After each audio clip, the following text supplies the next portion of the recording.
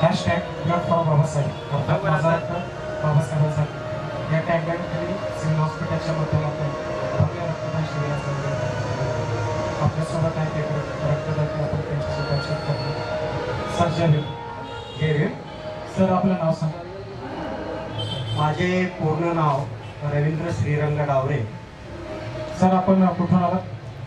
मी मुक्काम पोस्ट दस्तापूर तालुका लोहारा जिल्हा धाराशिव येथून आलेलो आहे. मी पेशाने शिक्षक असून त्याचप्रमाणे धार्मिक कार्यामध्ये मी काम करत असताना पंचशील बुद्धविहार चॅरिटेबल ट्रस्ट दस्तापूर तालुका लोहारा जिल्हा उस्मानाबाद धाराशिव यांच्या वतीने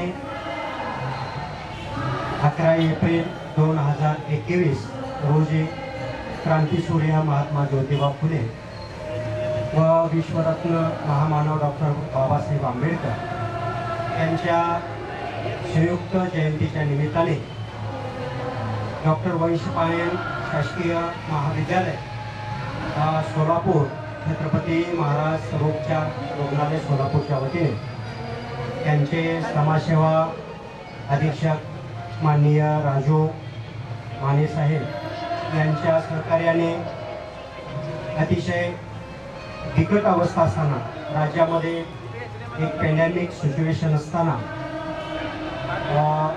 महामारी असताना कोरोनाची राज्यामध्ये रक्ताचा तुटवडा भासत असताना शासनाच्या आव्हानाला प्रतिसाद देऊन 11 एप्रिल 2021 रोजी आम्ही आमच्या पंचशील बुद्धविहाराच्या वतीने मी त्याचा सचिव आहे रक्तदान शिबिर आयोजित केलेलं होतं.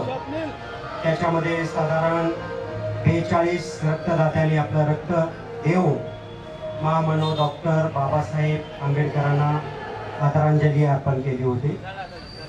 मी दरवर्षी डॉक्टर बाबासाहेब आंबेडकरांच्या जयंतीच्या निमित्ताने असेल महापरिनिर्वाण दिनाच्या निमित्ताने असेल बाबासाहेबांना रक्तदान देऊन मी आदरांजली अर्पण करत असतो.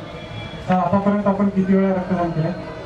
मी साधारण मला सांगता येणार नाही पण 100% 16-17 वेळेस मी रक्तदान केले. 15च्या पुढे मी रक्तदान केलं.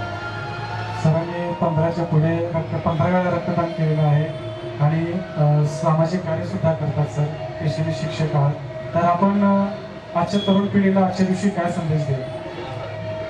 आजच्या दिवशी मी एवढं सांगेन की बाबासाहेबांनी आपल्या रक्ताचा प्रत्येक थेंब समाजाच्या उत्थानासाठी त्यांनी आपल्या रक्ताचा थेंब आठवलेला आहे.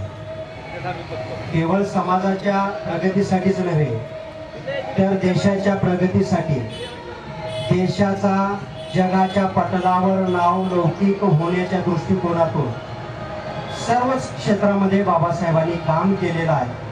त्यांचं कार्य अतिशय अत्युच्च आणि उल्लेखनीय अशा स्वरूपाचं कार्य आहे. जेव्हा आपण बाबासाहेबांना वाचतो, बाबासाहेबांनी लिहिलेले पुस्तक, त्यांचे विचार, त्यांनी केलेले भाषणखंड वाचतो, त्याच्या वाचन करत असताना एवढा अचाट बुद्धिमत्तेचा माणूस या पृथ्वी तलावर कसा काय जन्मू शकतो? मी तर असं म्हणेन न भूतो न भविष्यत. असा महामानव यापूर्वी जन्माला आलेला नव्हते आणि पुढेही जन्माला येईल या बाबतीत मी साशंक आहे. खरंच बाबासाहेबांच्या कार्याला मी त्रिवार अभिवादन करतो. जय हिंद. धन्यवाद सर.